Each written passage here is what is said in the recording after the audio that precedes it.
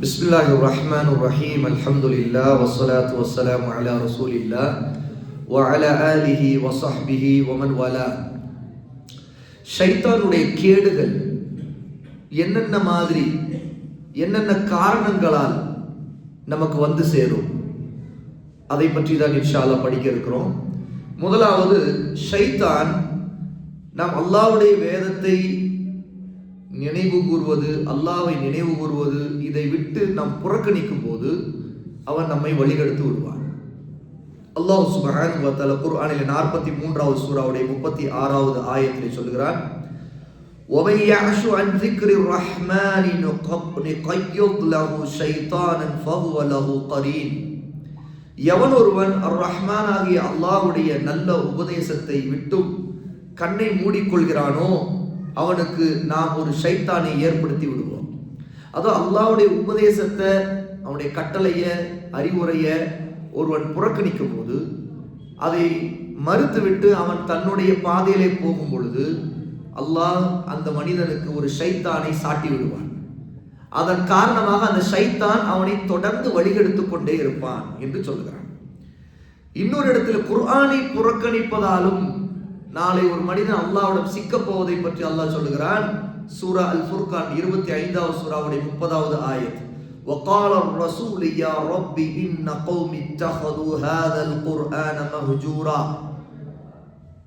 என்னுடைய இரட்சகனே, நிச்சயமாக என்னுடைய சமூகம், என்னுடைய உம்மத், என்னுடைய கௌம் இந்த குர்ஆனை முற்றிலும் புறக்கணித்து ஒதுக்கிவிட்டார்கள் என்று நம்முடைய தூதர் நாளை மறுமையில் கூறுவார். இது யார்? அல்லாஹ்வுடைய நபி ஸல்லல்லாஹு அலைஹி வஸல்லம் நாளைக்கு அல்லாஹ்விடம் சொல்லக்கூடிய ஒரு புகார்.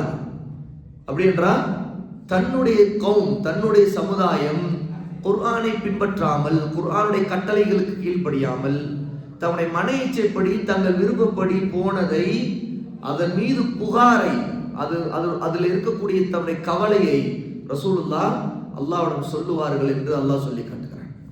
ஆக ஒருவர் ஷைத்தானிடம் சிக்குவதற்கான காரணங்களில் மிக முக்கியமான காரணம் அல்லாஹ்வுடைய நபியுடைய உபதேசங்களை புறக்கணிப்பது. அவர்களுக்கு அறிவுரை சொல்லப்பட்டால் தன்னுடைய மன இச்சையை எடுத்துக்கொள்வது, சொல்லப்படுகிற அறிவுரையை பொருட்படுத்தாமல் விலகி போவது. அவை யாரெல்லாம் இந்த புறக்கணிப்பை செய்கிறார்களோ, அல்லாஹ்வுடைய வேதத்தையும் அல்லாஹ்வுடைய நினைவையும் புறக்கணிக்கிறார்களோ அவர்கள் மீது ஷைத்தான் ஒருவன் சாட்டப்படுவான். கரீன் என்றால் ஒரு கூட்டாளி. அந்த மனிதனுடைய எப்போதும் அந்த கூட்டாளி, அந்த பங்காளி கூடவே இருப்பான், அந்த ஷைத்தான். அவன் தொடர்ந்து அந்த மனிதனை வழிகெடுத்து கொண்டே இருப்பான் என்று அல்லாஹ்வுடைய ஆயத்துகள் மூலமாக நாம் தெரிந்து கொள்கிறோம். இன்னொரு இரண்டாவது காரணம், ஒருவர் சுன்னாவை, நபி ஸல்லல்லாஹு அலைஹி வஸல்லம் வழிமுறையை விட்டுவிட்டு பித்அத்துகளை பின்பற்றுவது. இதுவும் ஷைத்தானுடைய சூழ்ச்சிகளிலே மிகப்பெரிய சூழ்ச்சி. ஒருவன் தான் செய்யக்கூடிய, தான் நம்பக்கூடிய ஒரு கொள்கை அல்லது ஒரு அமலை அது மார்க்கம் என்று நம்பிக்கொண்டு அதை பின்தொடர்வது, அதாவது அதை ஃபாலோ பண்றது. அதனால என்ன ஆகும்? அவன் தான் அதை மார்க்கம் என்று நம்புகிறான், அதற்கு அல்லாஹ்வோட கூலி கிடைக்கும் என்று நம்புகிறான். அவன் தௌபா செய்வானா? தௌபா செய்ய மாட்டான், அதை பின்பற்றுவான். அப்ப இதன் காரணமாக ஷைத்தான் அவனை எந்த அளவுக்கு ஏமாற்றி விடுகிறான் என்றால், தான் ஒரு நல்ல காரியத்தை செய்வதாக அவனை நம்ப வைத்து கடைசியிலே இதனாலேயே அவன் வழிகட்டு நரகத்திற்கு போவதற்கு காரணமாக ஷைத்தான் அவனை ஆக்கி விடுவான். இதை பற்றி அல்லாஹ் தஆலா சூரா அல்-அன்ஆம் 6வது சூராவுடைய 153வது ஆயா அல்லாஹ் சொல்றான், வலா தத்தபிஉஸ் சுபுல ஃபதஃபர்ரக பிகும் அன் சபீலிஹி. நீங்கள் பல வழிகளை பின்பற்றாதீர்கள், அந்த வழிகள் எல்லாம் உங்களை அல்லாஹ்வின் வழியிலிருந்து, அவனுடைய பாதையிலிருந்து பிரித்து விடும். அல்லாஹ்வின் பாதை எது? நபியின் பாதை. நபியை அல்லாஹ் அனுப்பியதே அல்லாஹ்வின் பாதை காட்டி கொடுக்க, தெளிவுபடுத்த, விளக்குவதற்காகத்தான். அப்ப அந்த நபியின் பாதைக்கு நாம் சொல்லக்கூடிய ஒரே பெயர் அஸ்-சுன்னா. அப்ப சுன்னா என்பது நபி வார்த்தைகளால் சொன்னது, அதன் கொண்டும் அந்த பாதை இருக்குது. நபி தன்னுடைய வாழ்க்கையில் செயல்பாடுகளால் காட்டியது, அதை கொண்டும் அல்லாஹ்வின் பாதை இருக்கிறது. நபி எதை மார்க்கமாக அங்கீகரித்து ஏற்றுக்கொண்டார்களோ அது நபியின் சுன்னா, அதுவும் அல்லாஹ்வுடைய பாதையாக இருக்கிறது. இது ஒரே பாதை தான். இது சொர்க்கம் செல்வதற்கான ஒரே பாதை. இந்த பாதையிலிருந்து தடுப்பதற்கும் குழப்புவதற்கும் வழி கெடுப்பதற்கும் ஷைத்தான் தொடர்ந்து முயற்சி செய்து கொண்டே இருப்பான். அதன் விளைவாக என்ன ஆகும்? ஏதேனும் ஒரு வழிகட்டிலே ஒரு மனிதன் விழுந்து விடுவான். ஒன்றிலிருந்து தப்பித்தாலே இன்னொரு வழிகேடு, அதை விட்டு தப்பித்தால் இன்னொரு வழிகேடு. ஆக எப்படியாவது வழிகேட்டின் பாதையிலே கொண்டு போய் நரகத்திலே தள்ளுவது ஷைத்தானுடைய மிகப்பெரிய இலக்காக இருக்கும். ஆகவேதான் அல்லாஹ் சொல்லுகிறான், பாருங்கள், வலா தத்தபிஉஸ் சுபுல், பல பாதைகளை நீங்கள் பின்பற்றாதீர்கள். அது என்ன செய்யும்? ஃபதஃபர்ரக பிகும் அன் சபீலிஹி, அவை எல்லாமே அல்லாஹ்வின் அந்த ஒரு பாதை விட்டு உங்களை பிரித்து வழிகெடுத்து விடும். ரசூலுல்லாஹி ஸல்லல்லாஹு அலைஹி வஸல்லம் உடைய ஹதீஸ் பித்அத்துகளை பற்றி எச்சரிக்கை செய்து, மார்க்கத்தில் புதிதாக ஒருவர் மார்க்கமா நம்பிக்கொண்டு இதெல்லாம் தவறில்லையே என்று நம்பிக்கொண்டு போகக்கூடிய, கண்மூடித்தனமாக போகக்கூடிய அனாச்சாரங்கள், புதுமைகள், இதை பற்றி ரசூலுல்லாஹ் எச்சரிக்கை செய்தார்கள். வஇய்யாக்கும், உங்களை எல்லாம் நான் எச்சரிக்கை செய்கின்றேன். வமுஹ்தஸாத்தில் உமூர், புதிதான சிந்தனைகள், கொள்கைகள், நம்பிக்கைகள், காரியங்கள், இதை விட்டு நான் உங்களை எச்சரிக்கை செய்கிறேன். ஃபஇன்ன குல்ல பித்அத்தின் ضلالة, நிச்சயமாக ஒவ்வொரு பித்அத்தும், ஒவ்வொரு புதிய காரியங்களும், சிந்தனைகளும், அமல்களும் ضلالة என்று சொன்னா வழிகேடு, மிஸ்கைடன்ஸ், டிவியன்ஸ். அப்போ அது எல்லாம் உங்களை எங்கே கொண்டு போய் சேர்க்கும்? அல்லாஹ்வுடைய நபி நரகத்திலே கொண்டு போய் சேர்க்கும் என்று எச்சரிக்கை செய்கிறார்கள். இர்பாத் இப்னு சாரியா ரலியல்லாஹு அன்ஹு இந்த ஹதீஸ் தப்ரானியிலும் இன்னும் திர்மிதியிலும் இன்னும் பல ஹதீஸ் நூல்களிலும் பிரபலமாக பதிவு செய்யப்பட்ட ஹதீஸ். ஏன் இந்த அளவுக்கு பித்அத்தை பற்றி எச்சரிக்கை செய்யப்படுகிறது? ஒரு ஹதீஸிலே ரசூல் ஸல்லல்லாஹு அலைஹி வஸல்லம் சொல்லுகிறார்கள், அவுஃப் இப்னு மாலிக் ரலியல்லாஹு அன்ஹு அறிவிக்கக்கூடிய தப்ரானியில் 4202வது ஹதீஸ், இன்னல்லாஹ ஹஜப தௌபத அன் குல்லி ஸாஹிபி பித்அ, நிச்சயமாக அல்லாஹ் ஒவ்வொரு பித்அத்துக்காரருக்கும் அவர் பாவ மன்னிப்பு தேடுவதை விட்டு அல்லாஹ் தடுத்து விடுவான். அதாவது பாவ மன்னிப்பு அவருக்கு கிடைப்பதை விட்டு திரை போட்டு விடுவான் என்று ரசூலுல்லாஹ் சொல்லுகிறார்கள். ஏன்? அல்லாஹ்வுக்கு ஆசையா ஒரு பித்அத்வாதி, ஒரு சாஹிபு பித்அ என்ன, பித்அத் செய்யக்கூடிய மனிதன், அவனுக்கு பாவ மன்னிப்பு கிடைப்பதிலிருந்து அல்லாஹ் திரையை போட்டு விடுவது. அதாவது அந்த திரையை நீக்கினால்தான் பாவ மன்னிப்பு கேட்க முடியும். ஆனால் திரை விழுந்து கிடக்கிறது. இந்த திரை ஏன் விழுந்திருக்கிறது? ஏன் அவன் பாவ மன்னிப்பை கேட்க மாட்டான்? ஏனென்றால் அவன் அந்த பித்அத்தை அமல், நல்ல அமல் என்று நினைப்பான். நல்ல அமல் நினைக்கும் போது அவன் அதை பாவம் என்று நினைப்பானா? மன்னிப்பு கேட்பானா? ஒருவன் ஒரு பாவம் செய்கிறான், அவனுக்கு தெரியுது பாவம், திருடுகிறான், ஓ இது நாம் திருடுகிறோம், இது தப்புதான். அவன் அப்போது திருடிவிட்டால் கூட அல்லாஹ் நாடினால், அவன் வருந்தினால் என்ன செய்வான்? அல்லாஹ்வோட மன்னிப்பு கேட்டு விடுவான். ஒருவன் ஜினா செய்து விட்டான், அவனுக்கு தெரிந்து விட்டது இது நாம் செய்தது ஹராம், இது ஒரு வெறுக்கத்தக்க விஷயம்தான், செய்துட்டோம் அப்படின்னு நினைக்கிறான். அப்ப அவனுடைய உள்ளத்திலே அது ஒரு பாவம் என்று அவனுடைய உள்ளத்திலே பதிஞ்சிருக்கு. அவன் அந்த நேரத்தில் செய்து விட்டால் கூட பிறகு வருந்தி கவலைப்பட்டு, யா அல்லாஹ் என்னை மன்னித்து விடு, இந்த ஹராமில் என்னை விழுந்து விட்டேன் என்று அவன் தௌபா செய்து அதை விட்டு விலகி விடுவான். ஆனால் பித்அத்வாதியுடைய நிலை என்ன? அவன் தௌபா செய்ய மாட்டான். காரணம் என்ன? அவனை பொறுத்த வரைக்கும் அது மார்க்கம், அவனை பொறுத்த வரைக்கும் அது ஒரு நல்ல அமல், அவனை பொறுத்த வரைக்கும் அதற்கு அல்லாஹ்வோட கூலி இருக்கிறது என்று அவன் நம்புகிறான். ஷைத்தானுக்கு பெரும் பாவங்களை விட மிக பிடித்தமானது பித்அத்துகள் தான். ஷிர்க்குக்கு அடுத்து, குஃப்ருக்கு அடுத்து ஷைத்தானுக்கு மிக பிடித்தமானது பித்அத்துகள். இன்னும் சொல்ல போனா உலமாக்களில் சிலர் பித்அத்துகள் சில நேரங்களில் ஷிர்க்கு, குஃப்ரை விட ஷைத்தானுக்கு மிகவும் பிடிக்கும் என்று சொல்கிறார்கள். ஏன்? என்ன காரணம்? ஏனென்றால் ஒருவன் பித்அத் செய்யும் போது அவன் அந்த ஷிர்க்கை கூட என்ன நினைப்பான்? நல்லது என்று நினைக்கிறான். ஷிர்க்கை கூட நல்லது என்று நினைப்பான். அப்போ அவனுடைய ஷிர்க் எப்படி, அவனுடைய பித்அத் எப்படிப்பட்டதா இருக்குன்றால் ஷிர்க் வகையில் இருக்கக்கூடிய பித்அத்தா இருக்கும். அதன் காரணமாக அது மிகப்பெரிய அளவுக்கு அவன் அல்லாஹ்வுடைய மார்க்கத்தை விட்டு வெளியேற அளவுக்கு காரணமா இருக்கும். ஆனா அவன் அதை அறிய மாட்டான். ஒரு பெரிய சமூகமே பித்அத்தான கொள்கை, ஷிர்க்கை கொண்டு முர்த்ததாக ஆனார்கள். உதாரணத்துக்கு கிறிஸ்தவ சமுதாயம். கிறிஸ்தவ சமுதாயம் எப்படிப்பட்ட சமுதாயம்? நபி ஈசா அலைஹிஸ்ஸலாத்து வஸ்ஸலாமை ஈமான் கொண்ட சமுதாயம். ஆனால் அவர்களை இன்று நம்ம காஃபிர்கள் என்று சொல்கிறோம். ஏன்? என்ன காரணம்? அவருடைய அகீதாவிலே பித்அத் வந்தது, அவர்களுடைய கொள்கையிலே பித்அத் வந்தது. எப்படி? ஈசா அலைஹிஸ்ஸலாத்து வஸ்ஸலாமை நபி ரசூல் என்கிற அந்தஸ்திலிருந்து அவர்கள் உயர்த்தி விட்டார்கள். எப்படி? அல்லாஹ்வுடைய மகன் என்று உயர்த்தினார்கள். அவர் அல்லாஹ்வுடைய சிஃபாத்திலே அல்லாஹ்வுக்கு மகன் உண்டு என்று அவர்கள் நம்பினார்கள். இதன் காரணமாக அவர்கள் இப்படிப்பட்ட நம்பிக்கை, இந்த நம்பிக்கையில் வந்த பித்அத் காரணமாக அவர்கள் இஸ்லாமை விட்டு வெளியேறிவிட்டார்கள். ஒரு பித்அத் எப்பவுமே அடுத்து அடுத்து அடுத்து அடுத்து மிகப்பெரிய பித்அத்தின் பக்கம் ஒருத்தனை வழிகெடுக்கும். பாருங்கள், ஈசா அலைஹிஸ்ஸலாத்து வஸ்ஸலாம் அல்லாஹ்வுடைய மகன் என்று நம்பினார்கள். அதை விட மோசமான ஒரு பித்அத் கொள்கை அவர்களுக்குள் வந்தது. அல்லாஹ் என்றே நம்பினார்கள். முதல் அல்லாஹ்வுடைய மகன் என்று நம்பினார்கள், பிறகு அல்லாஹ் என்று நம்பினார்கள். ஆகவே மகன் என்று நம்பினாலும் அல்லாஹ் என்று நம்பினாலும் ஈசாவை வணங்கலாம் என்று நினைக்கிறார்கள். பாருங்கள், அவர்களுடைய குஃப்ரும் ஷிர்க்கும் மார்க்கத்தின் பெயரால், ஈசா காட்டிய மார்க்கம் என்ற நம்பிக்கையால் அவர்கள் என்ன ஆனார்கள்? அவர்கள் அப்படிப்பட்ட பித்அத்துகள் இருக்கக்கூடிய மிகப்பெரிய பித்அத்திலே விழுந்து காஃபிராக ஆகிவிட்டார். ஆகவே பித்அத்துகளில் 2 வகை உண்டு. ஒன்று கொள்கை ரீதியான பித்அத், உதாரணத்துக்கு இது போன்ற பித்அத். இன்னொன்று அமல்களிலே வரக்கூடிய பித்அத். இது ஒருத்தரை காஃபிராக்காது. ஆகதான் நம்முடைய முஸ்லிம் சமூகத்தில் எவ்வளவோ பித்அத்திலே செய்யக்கூடிய மக்கள் இருக்கத்தான் செய்கிறார்கள். நம்ம அவர்களை காஃபிர்கள் என்று சொல்ல மாட்டோம். அவர்கள் அறுக்கிற பிராணியை, அந்த இறைச்சியை நாம் சாப்பிடுவோம்.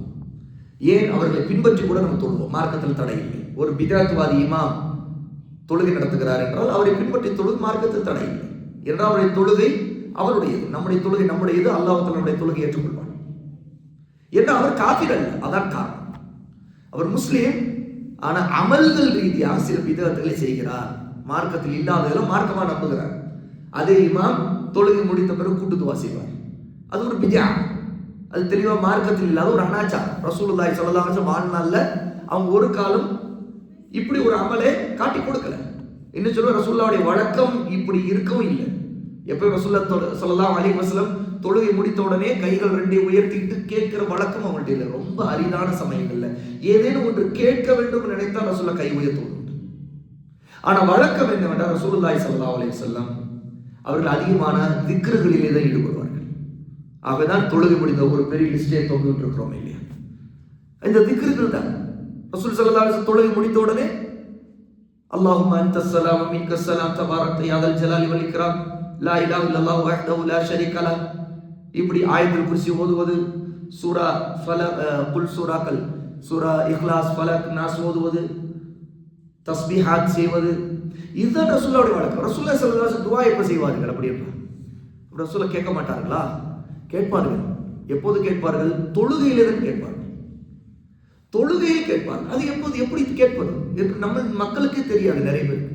ஏன்னா நம்ம இல்மை கற்றுக்கொள்வதே இல்லை. அதற்காக உட்காருவது, தேடுவது, கற்றுக்கொள்வது, நம்முடைய அமல்களுக்கு தேவையான அடிப்படை தேவையை கூட நம்ம அறிவதில்லை. தொழுகையில் எப்ப கேட்பது? எப்போது கேட்பது தெரியுமா? அத்தஹியாத்துடைய இருப்பில் கேட்பது. அத்தஹியாத்தை ஓதி ஸலவாத்தை ஓதிய பிறகு ரசூல் ஸல்லல்லாஹு அலைஹி வஸல்லம் கற்றுக் கொடுத்த துஆ அல்லாஹும்ம இன்னி அஊது பிக மின் அஸாபில் கப்ர், அந்த துஆ. அதற்கு ரசூல் ஸல்லல்லாஹு அலைஹி வஸல்லம் சொன்னார்கள், நீங்கள் விரும்பியதை கேளுங்கள். நீங்கள் விரும்பியதெல்லாம் எவ்வளவு துஆக்கள் வேணாலும் கேட்கலாம். அதாவது இமாம் சலாம் சொல்ற வரைக்கும் கேட்கலாம். தனியா தொழும் போதும் நீண்ட நேரம் உட்கார்ந்து ஒருத்தர் அத்தஹியாத்துடைய இருப்பிலே சலாமுக்கு முன்பு கேட்பதுதான் சுன்னாவிலே உள்ளது. ஆனா பித்அத் எப்படி வந்திருக்கு பாருங்க, சலாமுக்கு பிறகுதான் துஆ கேட்பதா. ஆகவே உலமா, நம்முடைய உலமாக்கள், எல்லா உலமாக்களும் சொல்லக்கூடிய ஒரு பிரபலமான ஒரு சொல் இருக்குது. எப்போது ஒரு பித்அத் உருவாகிறதோ அப்போது அங்கே ஒரு சுன்னா செத்து இருக்கும்னு சொல்வார்கள். பாருங்கள், உலகம் முழுக்க முஸ்லிம்கள், சுன்னி முஸ்லிம்கள், மதுஹப் மக்கள், அறியாமையில் இருக்கக்கூடிய மக்கள், அவருடைய இமாம்கள், தொழுகை நடத்தக்கூடியவர்கள், சிலர் தெரிஞ்சும் அவர்கள் மக்கள் இப்படி செய்கிறார்கள், என்ன செய்ய, இல்லை என்றால் எங்களை வஹாபி என்று சொல்லி விடுவார்கள் என்று சொல்வார்கள். எத்தனை இமாம்களுக்கு தெரியும், எத்தனையோ இமாம்களுக்கு தெரியும் ரசூலுல்லாஹ் வாழ்நாள்ல ஒரு தடவை கூட இப்படி தொழுகை முடித்த பிறகு கூட்டு துவா செய்ததே இல்லை. ஆனால் மக்கள் பகைத்துக் கொள்வார்கள். பள்ளிவாசல் நிர்வாகம் அந்த மாதிரி சூழல்ல இல்லை. ஆகவே ஏதோ அப்படி கொஞ்சம் செய்து அவங்களுக்கும் திருப்தி பட்டிருக்கும், நாம் செய்யறோம், என்ன செய்யறது அப்படின்னு சொல்ற எவ்வளவு இமாம்கள் நம்ம பார்த்திருப்போம். தனிப்பட்டதுல அவங்க பேசும்போது சொல்லுவாங்க, ஆமா என்ன செய்யறது அப்படின்னு. அவர் தப்லீக் ஜமாத்தில் இருக்கக்கூடிய மக்கள் அவர்கள் இந்த இடத்தில் இந்த கூட்டு துவா, அதாவது அவர்கள் பொதுவாக வேற நேரத்தில் கூட்டுதுவா செய்வாங்க. ஆனால் இந்த தொழுகைக்கு பிறகு உள்ள கூட்டுதுவா அவங்களுடைய மர்கஸ்ல நிஜாமுதீன்ல இருக்காது. அதே மாதிரி எங்கே தப்லீக் அவங்க இந்த விஷயத்தில் தெளிவடைஞ்சிட்டாங்க இந்த ஒரு பாயிண்ட்ல. ஆனா வேற நேரத்தில் அவர்கள் தப்லீக்காக கிளம்புவாங்க. ஹுசூசி முலாகத்துன்னு சொல்லுவாங்க, மக்களை கூப்பிடுறது. பள்ளிவாசல் விட்டு வெளியே போய் கிளம்புறதுக்கு முன்னாடி ஒரு துவா செய்வாங்க. அங்க கூட்டு துவா நடந்துட்டு தான் இருக்கும். ஆனால் தொழுகை முடித்த பிறகுங்கிறது அவங்களுடைய நிலைப்பாடு இல்லை என்பதுதான். அதனாலதான் பரேல்விகள் இவர்களை வஹாபிகள் சொல்லுவாங்க. இந்த பாயிண்ட் ஆஃப் வியூல அவங்க வஹாபி. அதுலயும் மிக முக்கியமா அவங்க ஏன் அவங்க வஹாபிகள் சொல்லுவாங்கன்னா, குறிப்பா ரசூலுல்லாஹ்வோட துவா கேட்கக்கூடாதுன்னு தப்லீக் ஜமாத்தில் இருக்கக்கூடிய சில மேல் மட்டத்தில் இருக்கக்கூடிய ரொம்ப அடிப்படை உள்ளவங்களுக்கு அது கூட தெரியாது. ஆனால் நம்ம அல்லாவோட தான் கேட்கணும், ரசூலுல்லாஹ்வோட கூட துவா கேட்கக்கூடாது என்பதில் அவங்கள சிலருக்கு கொள்கை உண்டு. ஏன்னா அது ஷிர்க் தான் அப்படின்னு அவங்க சொல்லுவாங்க. சிலர் இருக்கிறாங்க அந்த கொள்கையில். அவங்கதான் தப்லீக்ல இருக்கக்கூடிய பெரும்பாலான கொஞ்சம் அதுல ஒரு மூத்தவங்களாக இருந்தாங்கன்னா, அதுல பிடிப்புள்ளவர்களாக இருந்தாங்க, அவங்க தர்காவுக்கு போகிறது, அங்கே போய் அங்கே அடங்கி இருக்கிறவங்ககிட்ட துவா கேட்கறது எல்லாம் விருப்பாங்க, செய்ய மாட்டாங்க. ஆனா அதுல ஒரு லெவல் இருக்குது, சூஃபித்துவ லெவல். சூஃபித்துவ லெவல் உள்ளவங்க மற்ற பரேலிகளோட சில இடத்துல மோசமா போவாங்க. ஏன்னு கேட்டா அவங்க வஹதத்துல் உஜூதுங்கிற கொள்கை நம்புறாங்க. வஹதத்துல் உஜூத் என்று சொன்னா அல்லாஹ் எங்கும் இருக்கிறான், எதிலும் இருக்கிறான், எல்லாம் ஒன்றுதான், அனைத்தும் அல்லாஹ் தான் அனைத்தும் இருக்கிறான்ற கொள்கை. சுப்ஹான் அல்லாஹ், மிகப்பெரிய குஃப்ரு கொள்கையிலே மிக மோசமான டாப் ஃபர்ஸ்ட்ல இருக்கக்கூடிய கொள்கை. அந்த கொள்கை தரீக்கா வழியிலே போகக்கூடிய, சூஃபி வழியிலே போகக்கூடிய, தப்லீக்ல இருக்கக்கூடிய ரொம்ப மேல்மட்டத்தில் இருக்கக்கூடியவர்கள்ட்ட உண்டு. ஆனால் தொழுவார்கள். அப்ப ஏன் அவர்களை வஹாபிகள் என்று பரேலி கூட்டத்தார் குறிப்பிடுகிறார் என்றால், அவர்கள் எந்த சில செயல் ரீதியான பிதஅத்துகளை தப்லீக் ஜமாத் கைவிட்டதுனால. நாம் சுன்னி முஸ்லிம்கள் எல்லாரையுமே அவர்கள் முஸ்லிம்கள் என்று நம்புகிறோம், அதுதான் உண்மையும் கூட. என்ற ஒரு செயல் அளவுல வரக்கூடிய ஒரு பிதஅத்தின் காரணமாக ஒருவர் காஃபிராக ஆக மாட்டார். ஆகதான் நாம் நன்மை ஏவுகிறோம், தீமையை தடுக்கிறோம், அவர்களுக்கு அழகான முறையில் சொல்ல வேண்டும், நம் அழகான முறையில் அவர்களுக்கு எடுத்து விளக்கி கொண்டிருக்க வேண்டும். அல்லாஹ் நாடினால் தெளிவுபடுவார்கள். நாம் எத்தனையோ பேர் நாம் ஒரு காலத்துல ஹனஃபி இருந்திருப்போம். அப்போ நம்ம அறியாமலே சில விஷயங்கள் இது தப்பு இல்லைன்னு நினைச்சிட்டு இருந்திருப்போம். ஆனா சுன்னாவில் ஆதாரம் இல்லை, இது புதிதாக உருவாக்கப்பட்டதுதான் அப்படிங்கிறது கொஞ்சம் கொஞ்சமா நமக்கு அந்த அறிவு வந்து சேரும்போது நாம் அதை விட்டு விடுவோம். அப்பா இது இல்லை, அது எதுக்கு நம்ம செய்துட்டு இருக்கணும் அப்படின்னு. இந்த மாதிரி எத்தனையோ பிதஅத்துகள் செயல் அளவில் இருக்கக்கூடிய, இந்த செயல்ல இருக்கக்கூடிய அளவுல இருக்கக்கூடிய பிதஅத்துகள் கொள்கை ரீதியா இல்லை, நம்பிக்கை சம்பந்தப்பட்ட அகீதா சம்பந்தப்பட்டதா இல்லைங்கும் போது அது ஒரு மனிதரை குஃப்ரின் பக்கம் கொண்டு போகாது. ஆகவேதான் இறந்தவர்களுக்கு ஃபாத்தியா ஓதுறது 3ஆவது நாள், 7ஆவது நாள், 40ஆவது நாள், இப்படி எத்தனையோ வகையான பிதஅத்துகள், மௌலிது ஓதுறது, இதெல்லாம் பிதஅத்து வகை. மௌலிதுல சில ஷிர்கான வார்த்தைகள் உண்டு. ஆனால் அந்த ஷிர்கான வார்த்தைகளை ஓதக்கூடியவர்கள் நாங்கள் அந்த எண்ணத்துல கேட்கவில்லை என்று சொல்லுவார்கள். ஆகதான் அது அவர்களுடைய அந்த வியாக்கியானத்தின்படி ஓதுகிற அடிப்படையில் அது பிதஅத்து தான். அது ஒரு செயல் அளவில் வந்திருக்கிற மார்க்கத்தில் புகுத்தப்பட்ட பிதஅத்து. இப்ப விஷயம் என்னவென்றால், இந்த எந்த விதமான பிதஅத்தா இருந்தாலும் சரி, அதாவது கொள்கை ரீதியா வரக்கூடிய பெரிய பிதஅத்துகளாக இருந்தாலும் சரி, செயல் வடிவத்தில் வரக்கூடிய சிறிய வகை பிதஅத்தா இருந்தாலும் சரி, எந்த பிதஅத்திலும் ஒரு சாஹிபு பிதஅ, அதாவது பிதஅத்துக்காரன் அவன் தௌபா செய்ய மாட்டான்.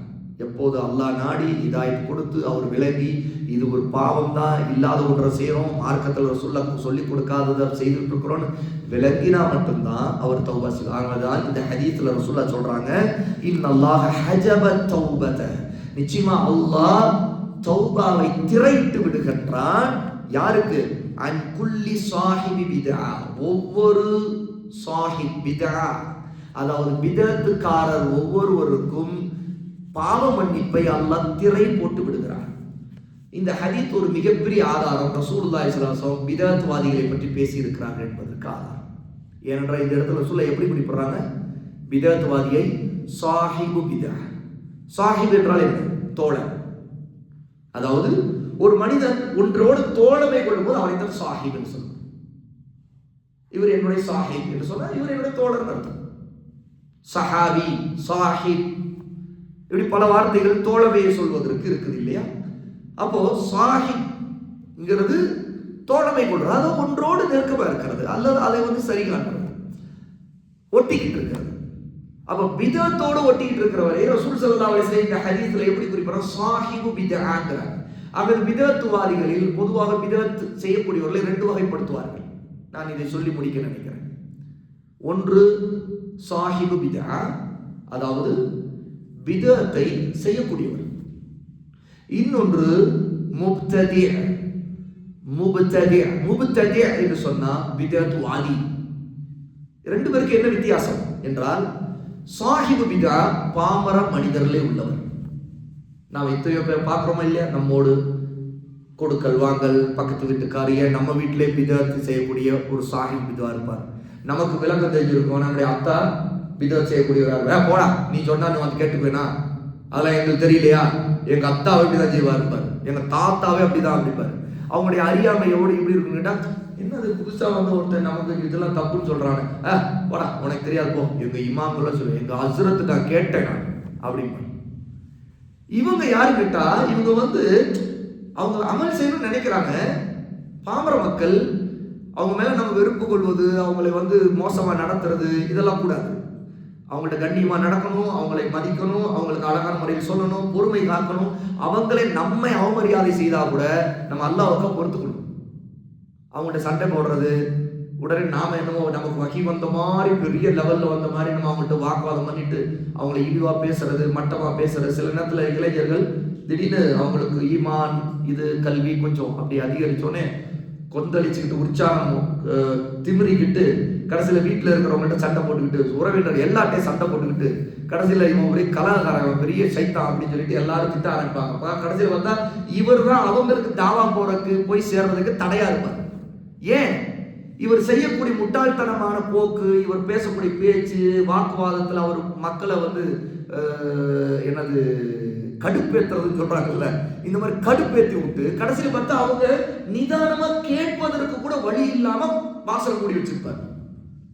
ஏன்னா அவங்க வந்து ரொம்ப இவருடைய டார்ச்சர் தாங்க முடியாம ஒரு கட்டத்துல அவருக்கு யாரோ வேற அறிவுரை சொல்லக்கூடியவங்க சொன்னா, போங்க, ஏற்கனவே ஒருத்தர் எங்க வீட்டிலே ஒருத்தர் இருக்கிறான், அவன் தொல்லை தாங்க முடியாம அவன் வெளியே போவானான்னு பார்த்துக்கிட்டு இருக்கிறேன், நீங்க வர வந்துட்டு சொல்லிட்டு இருக்காங்க, போங்க அப்படின்னு.